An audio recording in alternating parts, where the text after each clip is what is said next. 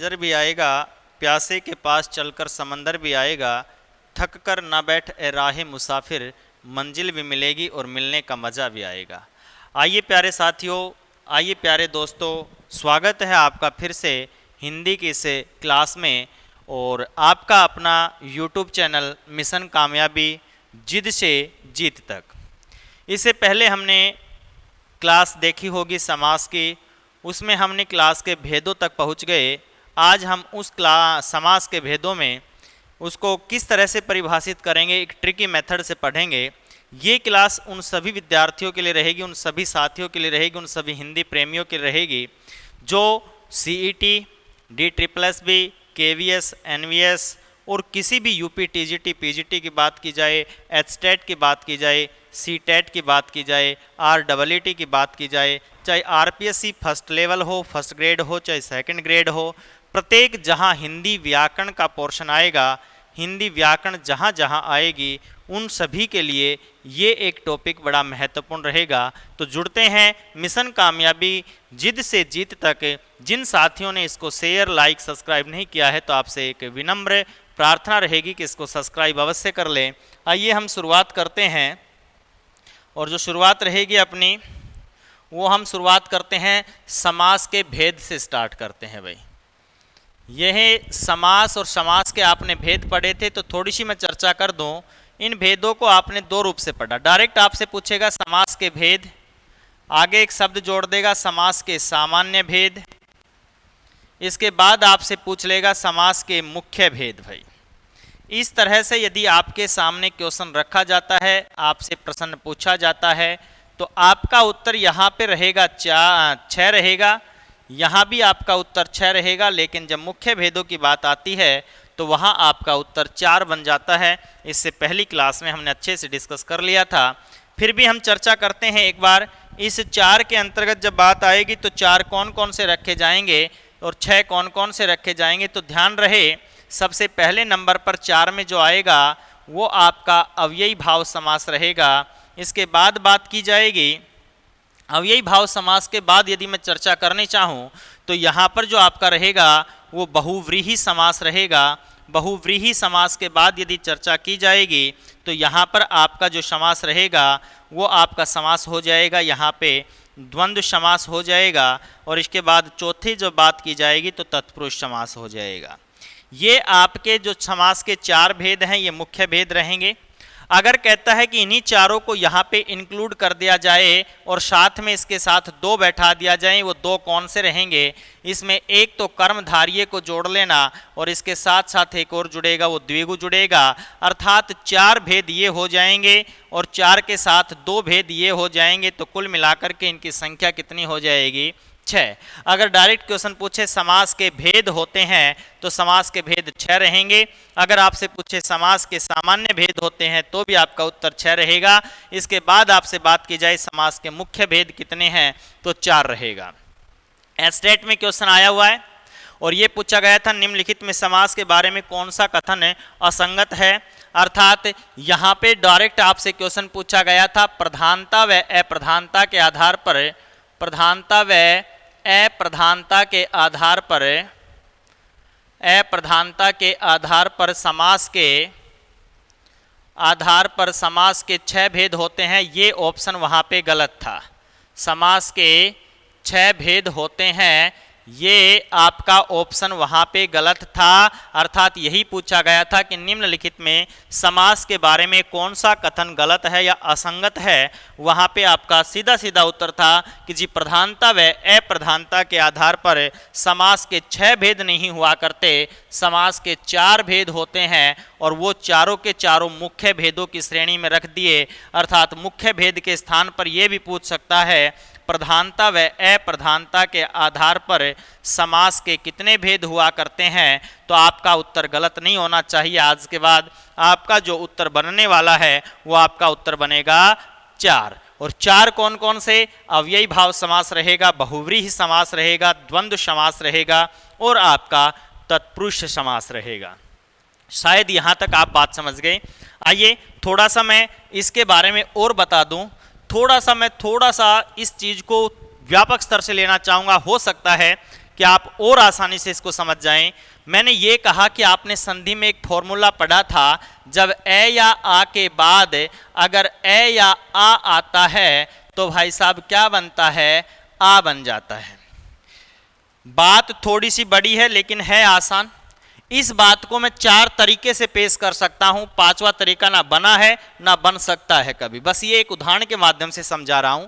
मैं इस चीज को लिख देता हूं, यदि ए के बाद ए आएगा तो भी दीर्घ ए बन जाएगा अर्थात आ बन जाएगा। यदि आ के बाद आ गया तो भी आ बन जाएगा। यदि आ के बाद ए आ गया तो भी आ बनेगा। और यदि आ के बाद आ गया तो भी क्या बनेगा, आ बनेगा। 1 2 3 4, ये 4 ही बातें हो सकती हैं, 5वीं बात नहीं होगी। 2 मेथड से समझाऊंगा, 2 तरीकों से समझाऊंगा, अच्छे से समझ जाना। ना समझ में आए कमेंट अवश्य कर देना, मैं फिर से इस क्लास को लेकर के आ जाऊंगा। मैंने ये कहा कि इस बात को मैंने केवल और केवल इस हिसाब से लिखा है। मैंने ये कहा यदि ए के बाद ए आएगा तो क्या बनेगा, आ बनेगा। फिर मैंने कहा ए के बाद यदि आ गया तो भी क्या बनेगा, आ बनेगा। कितनी बातें हो गई, 2। पहली बात यही थी ए के बाद ए आया तो क्या बना, आ। दूसरी बात भी यही है, ए के बाद आ आया तो क्या बना, आ बना। तीसरी बात, आ के बाद यदि ए आएगा तो भी क्या बनेगा, आ बनेगा। और आ के बाद यदि आ आएगा तो भी क्या बनेगा, आ बनेगा। इसके अतिरिक्त यदि और कोई बन सकती है समीकरण तो बना दीजिए। नहीं बन सकती तो इसका मतलब यहां पर मुख्य बातें कितनी हुई हैं, 4 हुई हैं। इसलिए समास को भी हमने कितने हिस्सों में रखा, 4। अब कहोगे जी क्या लिंक है, इसका कोई लिंक नहीं है, लेना देना नहीं है। अब हो जाएगा, सुन लीजिए। मैंने कहा एक गांव में 2 आदमी हैं, एक अ नाम का है, एक आ नाम का है। 2 आदमी हैं और भाई गांव के अंदर ये दोनों थोड़े से धन्नाढ्य इंसान हैं, रुपए पैसे वाले हैं। इसलिए जब जब कहता है इलेक्शन आते हैं, सरपंची के चुनाव होते हैं, भाई साहब दोनों खड़े हो जाते हैं। खड़े हो जाते हैं, जीत इन्हीं में से होनी है। लेकिन ध्यान से सुन लेना, इस स्टोरी के कहानी के माध्यम से बता रहा हूं। कहता है कि सरकार ने जब इलेक्शन का निर्धारित कर दिया तो ये दोनों में से दोनों खड़े हो गए। इलेक्शन में दोनों खड़े हुए तो आप इतना याद कर लो जी, एक बार कौन जीत गया, ये भाई साहब जीत गया। अगली बार फिर इलेक्शन हुए तो कौन जीत गया, ये जीत गया। मतलब 2 योजना में लगातार एक बार ये जीता, एक बार ये जीता। फिर इन्हीं कैंडिडेट्स को खड़ा होना था तो दोनों को खड़ा होना था। तो भाई साहब कहते हैं कि ये एक बार 2.5 साल तक इसको बना दिया, 2.5 साल तक इसको बना दिया, तीसरी योजना भी पार करवा दी। समझ लो एक बार, बस थोड़ा सा एक लिंक बना लेना। एक बार तो स्पेशल ये जीता, एक बार स्पेशल ये जीत गया। एक बार कहता दोनों को 2.5 साल के लिए चुन लिया तो कितनी बातें हो गई, 3। कहता है फिर दोनों के दोनों खड़े हो गए इलेक्शन में तो भाई साहब ना तो ये जीत पाया ना ये जीत पाया और दोनों से परेशान थी जनता। इसलिए यहां पर किसी अन्य को जिता दिया। मतलब दंगल के अंदर ना तो ये टिक पाया ना ये टिक पाया, यहां पर कोई आ गया अन्य। तो कौन सी समीकरण बन गई, 4। 5वीं नहीं बन पाएगी, चाहे पूरी रात भर जाग करके देख लेना इस चीज को। दोनों को दिखाया एक बार, दोनों जीत गए। एक बात, एक बार ए जीता, 2 बातें। एक बार आ जीता, 3 बातें। एक बार कहता है कि भाई अन्य जीत चुका था, 2.5 साल तक एक, 2.5 साल तक एक, तो इसका मतलब 4 बातें। इसलिए समास के मुख्य भेद कितने रहेंगे, 4 भेद रहेंगे। याद रखना, ये दोनों समीकरण आपको मन मस्तिष्क में बैठा लेनी है अच्छे से। मैंने सिर्फ इस स्थिति को क्लियर किया है। चलो ऐसे नहीं समझे तो प्रधानता के आधार पे, अरे जो जीतेगा उसी की चौधर रहेगी, उसी की प्रधानता रहेगी। इसका मतलब एक योजना में चौधर ए की, दूसरी योजना में चौधर आ की, तीसरी योजना में दोनों की चौधर हो गई, चौथी योजना में किसी की भी चौधर नहीं है, किसी की भी प्रधानता नहीं है। बस यही बातें हैं। इसलिए 4 ही बात हो सकती हैं। तो यही आप याद रखना, समास के प्रधानता व अप्रधानता के आधार पर कितने भेद होते हैं, 4 भेद। आइए अगली स्लाइड पे आज हम चर्चा करते हैं इनकी परिभाषा की, क्योंकि कई बार ऊपर स्टेटमेंट दे दी जाती है और आपसे पूछ लिया जाता है कि निम्नलिखित में यह परिभाषा किसकी है। नंबर 2 पे लिखा मैंने बहुव्रीहि समास। शुद्ध शब्द है, ध्यान से देख लो। आगे ब है, बीच में वह है, बहुव्रीहि। इसके बाद अगली बात आती है तो नंबर 3 पर हमने लिख दिया यहां पे द्वंद्व समास। नंबर 4 पे हमने लिख दिया तत्पुरुष, नंबर 5 पे हमने लिख दिया है कर्मधारय, और नंबर 6 पे हमने लिख दिया है द्विगु समास। ये होते हैं 6 नाम आपके सामने समास के लिख दिए। अब यहाँ पर आपने सिर्फ और सिर्फ क्या करना है, देखते हुए चलना है कि किस तरह से हमें परिभाषा याद रखनी है। कोई बड़ा नाम नहीं है, अगर ऊपर कोई स्टेटमेंट दे दी जाए, कोई परिभाषा दे दी जाए, तो आपसे सिर्फ इतना पूछा जाएगा कि ये परिभाषा किसकी है। या फिर मान लीजिए वो आपसे पूछेगा कि भाई जिस समास में पूर्व पद प्रधान हो तथा वह अव्यय हो खालिस्तान कहलाता है, नीचे 4 ऑप्शन दे दिए जाएंगे। इस तरह का क्वेश्चन आए तो ऑप्शन तो 4 ही मिलेंगे, 4 ऑप्शन मिलेंगे तो दिमाग में तुरंत 2 ऑप्शन डिलीट हो जाने चाहिए। जो 6 नाम है इनमें से 2 अपने आप हट जाने चाहिए, क्योंकि जो 4 ऑप्शन है उसी पे नजर रहेगी। तो मैं हो सकता है कि मानता हूं कि कंप्यूटर लिखेगा तो थोड़ा सुंदर लिख देगा यहाँ पे, लेकिन शब्द यही लिखेगा। तो यहाँ से हमें क्या ट्रिक अपनानी है, परिभाषा बनाते समय प्रत्येक शब्द को 2 खंड में तोड़ दो, 2 खंड में टूटेगा तो यहाँ पे पहला टुकड़ा अव्ययी आ गया, पिछड़ा वाला टुकड़ा आ गया भाव। ट्रिक बता रहा हूं, ध्यान से देखते चलो, रटने की बात नहीं है। यहाँ पे एक शब्द बहु आ गया, दूसरा शब्द व्रीहि आ गया। द्वंद्व शब्द के टुकड़े नहीं हो सकते, एक बार टुकड़े करके दिखा सकता हूं। या तो ये टुकड़ा हो सकता है या ये टुकड़ा हो सकता है, और दोनों टुकड़े हमें पसंद नहीं है, इसका मतलब इसके टुकड़े नहीं होंगे। आगे वाले ने फिर टुकड़े करवाए तो तत् निकल गया, पीछे निकल गया पुरुष। इसके बाद हमने टुकड़ा किया तो एक बन गया कर्म और पीछे वाला बन गया है धार्य। इसके टुकड़े किए तो पीछे वाला शब्द गु निकल गया, आगे शब्द निकल गया है द्वि। ये ही टुकड़े हो सकते हैं और कोई टुकड़ा नहीं। टुकड़ा इसका मतलब ये है कि टुकड़े वही होंगे जिसमें आगे वाले खंड के भी और पीछे वाले खंड के भी यदि अर्थ निकलता हो तो इसका मतलब आप सकारात्मक दिशा में हैं, आप सही दिशा में हैं, अन्यथा फिर गड़बड़ कर रहे हैं। आइए वापिस जुड़ते हैं। ये लीजिए भाई, अब बात आती है कि जी हमें किस तरह से याद करना पड़ेगा, कैसे याद करना पड़ेगा। तो सुन लीजिए, समझ लीजिए। जब इस तरह के टुकड़े आप कर दो जो ऑप्शन में आए उनके, तो बस इतना याद रखना, जैसे हम एक लिंक में बना रहा हूं या आपको याद करवाने के लिए एक कहानी बना रहा हूं, और सारे ग्रामीण प्रवेश से हो चाहे शहरी परिवेश से हो, आपको एक बात अच्छे से पता होगी, और वो बात ये पता होगी कि गांव में हो चाहे शहर में हो, घर के अंदर जो चलती है वो बड़े लोगों की चलती है। बस सीधी सी बात है। अब मैं इसको थोड़ा सा वैसे समझाना चाहूं हंसी मजाक के मूड में, तो मैं ये कहूंगा कि घर के अंदर जो चौधर होती है वो चौधर किसकी रहेगी भाई, बड़े आदमी की रहेगी। प्रधानता किसकी रहेगी, बड़े आदमी की। अब आपने ये देखना है कि प्रत्येक शब्द के जो 2 टुकड़े किए हैं उन 2 टुकड़ों में बड़ा कौन सा है, जो बड़ा होगा उसी की चौधर होगी। मतलब है हम इसको कहते हैं कि आगे वाले को तो पद कहा जाता है, पीछे वाले को पद कहा जाता है। मान लीजिए आपने जब समास का टॉपिक पढ़ना शुरू किया तो समास केवल और केवल वहीं रहेगा जहां पर कितने पद होंगे।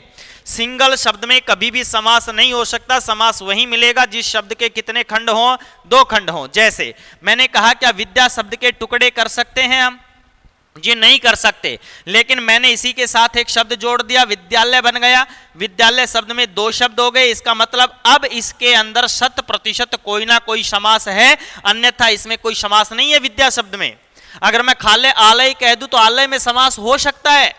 क्यों हो सकता है, यदि आप अपना दिमाग लगा करके देखें तो इसमें कोई ना कोई उपसर्ग बन सकता है, लेकिन आलय के टुकड़े होने पर उसका कोई अर्थ नहीं बन पाएगा। लेकिन फिर भी मैं कह सकता हूं कि आ जमा लय आएगा, तो लय तो आपने देखा होगा, जब हम कोई संगीत गाते हैं उसको लयबद्ध तरीके से गाते हैं, सुरताल के साथ गाते हैं, वो लय। अगर इसके आगे आ लग गया, आ उपसर्ग रहेगा, प्रीफिक्स कहलाता है। इसका मतलब यह है कि उपसर्ग, अंग्रेजी में इसको प्रेफिक्स बोलते हैं शायद। तो इसका मतलब हो गया आ जमा लय, तो इसका मतलब यहां पर भी 2 शब्द हैं, उपसर्ग के रूप में काम कर रहा है, मुख्य शब्द के रूप में काम कर रहा है, इसलिए यहां पर भी कोई ना कोई समास होगा। लेकिन खाली विद्या का टुकड़ा नहीं होगा तो इसमें कोई समास नहीं होगा। इसलिए समास वही होगा जिस शब्द में कितने खंड हों, 2। आगे वाले खंड को कहा जाता है पूर्व पद, पीछे वाले खंड को कहा जाता है उत्तर पद। इस तरह याद ना हो तो पूर्व पद को कह सकते हैं पहला पद, और भाई साहब पीछे वाले को कह सकते हैं दूसरा पद। इसका मतलब समास वहां होगा जहां स्पष्ट रूप से दिखाई दे कितने पद, 2। किसी समास में तीसरा पद भी आएगा लेकिन वो दिखाई नहीं देता, वो गायब रहता है, ठीक है ना, वो बस महसूस करना पड़ेगा हम लोगों को, लेकिन स्पष्ट रूप से 2 शब्द आएंगे। क्लियर हो गई यहां पे बात। चलो, तो मैं पद समझाना चाह रहा था, वो पद आपकी समझ में आ गया। देख लो, जब हमने टुकड़े किए तो प्रत्येक टुकड़े में 2 पद हैं। अब ये बताओ कौन सा पद बड़ा है जी, आगे वाला। तो जो बड़ा होगा उसी की चौधर होगी, इसका मतलब इसी की प्रधानता है। तो इस समास में कौन सा पद प्रधान हो गया, पूर्व पद। अब आप कहोगे जी और तो देख लो, आगे देख लो ना, इनमें कोई भी बड़ा नहीं है, दोनों बराबर लग रहे हैं। यहाँ ये बड़ा नहीं है, ये बड़ा दिखाई दिया, यहाँ ये बड़ा नहीं है, ये बड़ा दिखाई दिया, यहाँ दोनों बराबर दिखाई दिए। देख लो अच्छे से। तो अभी थोड़ा थोड़ा इसको देख लेते हैं। जिस इसमें कौन सा हिस्सा बड़ा है, आगे का हिस्सा बड़ा है, इसका मतलब यहाँ पे कौन सा पद प्रधान हो गया, पूर्व पद प्रधान हो गया। अब यही एकमात्र ऐसा समास है जिसमें हमेशा पूर्व पद प्रधान होता है। वो समास कौन सा रहेगा, अब यही भाव समास। अगर बहुत अच्छे से इसकी परिभाषा देनी पड़े तो इसकी परिभाषा हम यही देंगे कि जिस समास में पूर्व पद प्रधान हो तथा वह अव्यय हो उसे हम अव्ययी भाव समास कहते हैं। बढ़े आगे, इन दोनों को छोड़ दो थोड़ी देर। अब देखो कौन सा हिस्सा बड़ा, पीछे वाला, इसलिए इस समास में कौन सा पद प्रधान होगा, दूसरा पद प्रधान होगा। क्लियर हो गई बात। फिर कहोगे जी आगे बढ़कर के तो देख ले, आगे बढ़कर देखा तो यहां फिर कौन सा पद प्रधान है जी, दूसरा पद प्रधान है। कौन सा पद प्रधान है, दूसरा पद प्रधान है। इसका मतलब कितने समास स्पष्ट रूप से दिखाई दे रहे हैं जिसमें दूसरा पद प्रधान होगा, बोला जी 2 दिखाई दिए, एक तत्पुरुष दिखाई दिया, एक कर्मधार्य दिखाई दिया। इसका मतलब हाँ ये कर्मधार्य है, ये रे और आएगा भाई, कर्मधार्य दिखाई दिया, इसका मतलब कर्म जमा धार्य। क्लियर है। आगे बढ़ता हूं, एक बात और बता देता हूं। द्वि का अर्थ होता है 2, गु का अर्थ होता है गऊ, गऊ मीन्स गाय। इसका मतलब मैं आपसे ये कहूं, अरे एक बार बाहर देखना क्या आया है, तो आपने कहा अंदर आकर के कि जी 2 गाय खड़ी हैं। इसका मतलब आप किसकी काउंटिंग कर रहे हैं, गाय की। आपने भैंस नहीं कहा, आपने किसी बकरी का नाम नहीं लिया, आपने स्पष्ट रूप से आकर के कहा जैसा शब्द है वैसी ही बातें करो। शब्द में गाय आया तो इसका मतलब हमारा ध्यान किसकी ओर ले जाया जा रहा है जी, गाय की ओर। इसका मतलब गाय कौन सा पद है, ये तो पूर्व पद है, और गाय कौन सा पद है, उत्तर पद है। इसका मतलब है आपने काउंटिंग किसकी की, आपने नजर किस पे दौड़ाई, तो बोला जी गाय पे, इसलिए गाय की प्रधानता है। इस समास में भी कौन सा पद प्रधान हो गया, उत्तर पद। लेकिन पूर्व पद कैसा है, संख्यावाची है। इसका मतलब जिस समास में पूर्व पद संख्यावाची हो तथा उत्तर पद जो है वो प्रधान हो, वो समास क्या कहलाएगा, वो समास कहलाएगा आपका द्विगु समास। चलो थोड़ी सी मैं इस चीज को क्लियर कर देता हूं कि सर यही क्वेश्चन पूछ ले कि भाई जिस समास में पूर्व पद प्रधान हो ना जिस समास में उत्तर पद प्रधान हो वो समास क्या कहलाता है। तो देखो मैंने ये कहा यहां तक जो लिखे हैं ये मुख्य भेद हैं 1 2 3 4। यहां से मैंने संख्या बदल दी 5 6। इसका मतलब ये दोनों के दोनों किसके उपभेद हैं, तत्पुरुष समास के उपभेद हैं। इसी कारण इन तीनों के अंदर, इन तीनों के जैसा बाप वैसी औलाद, बस ऐसा याद कर लो, जैसा बाप वैसी औलाद। अब मैंने कहा इनके बाप का दूसरा पद प्रधान है तो इन दोनों का भी कौन सा पद प्रधान होगा, दूसरा पद प्रधान होगा। इसलिए तीनों को एक कैटेगरी में ले लिया तो तीनों एक कैटेगरी में आ गए। तो आगे 3 है, 3 और 1 4, तो 4 मुख्य भेद बन गए थे। क्लियर है। फिर भी आप ये कहें जी हमें इनको पढ़ने के लिए अलग अलग पढ़ना है तो हम ऐसा कौन सा समीकरण बैठाएं, ऐसा कौन सा तरीका बैठाएं कि इनकी पहचान हो जाए। इनको परिभाषा इन तीनों ने भी आपस में बैठकर मीटिंग की कि हमें पढ़ने वालों को कोई समस्या नहीं आनी चाहिए। इसलिए इन्होंने एक ऐसा इजाद किया फॉर्मूला। उन्होंने ये कहा कि भाई जिस समास में उत्तर पद प्रधान हो अर्थात दूसरा पद प्रधान हो तथा कारक विभक्ति चिन्ह के साथ आए वो समास क्या कहलाएगा, वो हमेशा हमेशा के लिए तत्पुरुष समास कहलाएगा। क्या भाई सुन लीजिए, जिस समास में उत्तर पद प्रधान हो अर्थात दूसरा पद प्रधान हो तथा कारक विभक्ति चिन्हों का प्रयोग हो उसे हम कहते हैं तत्पुरुष समास। क्लियर है। आ जाओ आगे। कर्मधारय समास में भी दूसरा पद प्रधान है, लेकिन जिस समास में दूसरा पद प्रधान हो तथा वह विशेषण विशेष्य तथा उपमेय उपमान के जोड़े में आए, उसे हम कहते हैं क्या, उसे हम कहते हैं कर्मधारय समास। देखो इसकी डिमांड थी अलग से विभक्ति चिन्हों को लाने की, इसकी डिमांड थी मैं जोड़े में आऊंगा, वो जोड़ा हमेशा या तो विशेषण का हो या विशेष्य का, उपमेय का हो उपमान का। इसको मैं समझाऊंगा जब इनको अलग अलग पढ़ाऊंगा। अगले ने स्पष्ट कर दिया कि जिस समास में उत्तर पद प्रधान हो लेकिन पहला पद हमेशा कैसा होना चाहिए, पहला पद मेरा हमेशा संख्यावाची होना चाहिए, क्योंकि वो 6 नाम देखे तो वो एकमात्र ऐसा नाम निकल करके आया द्वि। द्वि बोले तो और किसी के भी आरंभ में संख्या नहीं है, इसलिए जैसा नाम वैसा काम, उसने जैसा नाम लिया वैसा काम करके दिखा दिया। उसके नाम में यदि संख्या आई है तो उसके कितने उदाहरण पढ़ लेना, सभी उदाहरणों की अगर शुरुआत देखी जाएगी तो सभी उदाहरणों की शुरुआत में आपको संख्या मिलेगी, 100% संख्या मिलेगी। क्लियर है? ये भी मैं पजल्ड कर दूंगा, जो आप पजल्ड हो रहे हैं इस बात को भी मैं क्लियर कर दूंगा कि संख्याएं कौन कौन से समास में आती है और किस तरह से हमारा उत्तर बनेगा वहां पे। आइए, ये आपके 2 बचते हैं, शायद हमेशा हमेशा के लिए आज के बाद कोई समस्या नहीं आनी चाहिए, टुकड़ों के हिसाब से हम इसका आंसर निकाल सकते हैं। अब इस चीज को समझ ले थोड़ी देर के लिए। मैंने कहा दोनों क्या है, बराबर दिखाई दे रहे हैं। बहु भी वैसा ही शब्द है जैसा व्रीहि शब्द है। अब बात आती जी दोनों बराबर, तो आपने देखा होगा रेसलिंग होती है तो उसके अंदर जब कुश्ती करवाई जाएगी तो दोनों को बराबर वेट वालों को करवाई जाएगी। जैसे अपने गांवों के मेले से लिंक कर ले, गांवों के मेलों के अंदर कहता है कि लगभग बराबर वेट वालों से आपस में कुश्ती करवाएंगे, जो जीत जाता है वो इनाम को पा जाता है। लेकिन अब आपने थोड़ा सा यहां पे एक कहानी याद रखनी पड़ेगी, जब दोनों बराबर के कुश्ती कर रहे हैं तो कहता है कि कोई जीत नहीं पाएगा। फिर से सुन लो, जब बराबर वाले एक साथ लड़ाई कर रहे हैं, कुश्ती कर रहे हैं तो कहता है कि फैसला नहीं हो पाएगा। फैसला नहीं हो पाएगा तो इनाम फिर किसके पास रह जाएगी? कमेटी के पास। ये देखो पहला पद है, ध्यान से देखो, ये आपका पहला पद है, ये आपका दूसरा पद है। मैंने कहा कि ना तो ये जीत पाया ना ये जीत पाया, और जो इनाम थी वो इनाम किसके पास है? वो इनाम है आपकी कमेटी के पास। और कमेटी कौन सा पद है? तो आपने कहा जी तीसरा पद है। इसका मतलब लड़ाई किसके लिए थी? इनाम और इनाम किसने रख लिया? कमेटी ने। इसका मतलब चौधर किसकी? कमेटी की है। तो कुल मिलाकर के जिस समास में पहला न तो पहला पद न दूसरा पद प्रधान हो, बल्कि जहां तीसरा अर्थात अन्य पद प्रधान होता है, उसे हम कहते हैं बहुव्रीहि समास। उसे क्या कहते हैं? बहुव्रीहि। इसके उदाहरणों की शुरुआत मैं कल से कर दूंगा। बेहद ही आसान और ट्रिकी मेथड से हम हिंदी पढ़ते हुए चल पड़ेंगे और चलते रहेंगे। आइए द्वंद्व की बात कर ले। द्वंद्व का अर्थ होता है जोड़ा। द्वंद्व शब्द का अर्थ होता है जोड़ा, और जोड़े में हमेशा बराबर वाले आएंगे।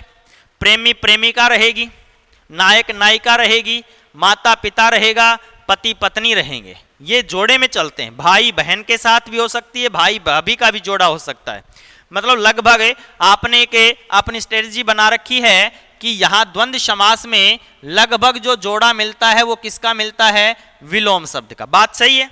हम एक दुकान पर जाते हैं, दुकान पर जाकर के कहते हैं कि जी एक जोड़ी चप्पल देना। जोड़ी तो एक देगा पर चप्पलों की संख्या कितनी? 2। फिर वो इतना भी बेवकूफ नहीं है कि दोनों राइट हैंड की दे दी। मैंने ये कहा कि राइट फुट की दे दी, अर्थात आपसे वो एक ही पैर की चप्पलें देगा, या तो दाएं की देगा या बाएं की। ऐसा नहीं है ना, एक चप्पल दाएं की मिलेगी तो एक चप्पल बाएं पैर की मिलेगी, अर्थात उसने वहां भी विलोम बनाने की कोशिश की। इसी से लिंक बना करके याद कर लेना कि लगभग जोड़े के अंतर्गत जो आएगा वो विलोम आएगा। जैसे माता का विलोम पिता, भाई का भाभी भी हो सकता है, बहन भी हो सकता है, दाल का विलोम रोटी लिया जाता है, धर्म का अधर्म हो सकता है, पाप का पुण्य हो सकता है। ध्यान से सुनते चले। अब मैंने ये कहा कि जोड़ा आएगा, इसको यहां पे समझ ले एक बार। इसको मैं उदाहरण से समझाना चाहूंगा। मैंने एक शब्द लिखा माता पिता। अब कहता है कि हमारी जिंदगी में जितना माता का महत्व है उतना ही महत्व किसका है? पिता का। यदि हम माता से ज्यादा प्रेम करेंगे तो नाराजगी किसकी? पिता की। अगर पिता को ज्यादा चाहेंगे तो नाराज कौन हो जाएगा? माता नाराज हो जाएगी। तो कुल मिलाकर के हमारे लिए जितना महत्व माता का है उतना ही महत्व पिता का है। बात क्लियर है? इसका मतलब ये एकमात्र ऐसा समास है जिसमें प्रधानता माता की भी हो गई और पिता की भी, अर्थात जिस समास में पूर्व पद भी प्रधान हो और भाई साहब कौन प्रधान हो? उत्तर पद भी प्रधान हो, वो समास कहलाता है आपका द्वंद्व समास। देख लो एक बार, इस वीडियो को 2 बार सुन लेना, ज्यादा से ज्यादा शेयर करना आपसे रिक्वेस्ट है, प्रार्थना है। जितने भी पढ़ने वाले हैं, हो सकता है शायद मेरा हो सकता है वहम भी हो सकता है, इतने लॉजिकल तरीके से इतने आसान तरीके से शायद कोई साथी पढ़ाता हो तो उसका भी धन्यवाद, लेकिन एक बार इसको शेयर करना, लाइक करना, सब्सक्राइब करना। जय हिंद, जय भारत।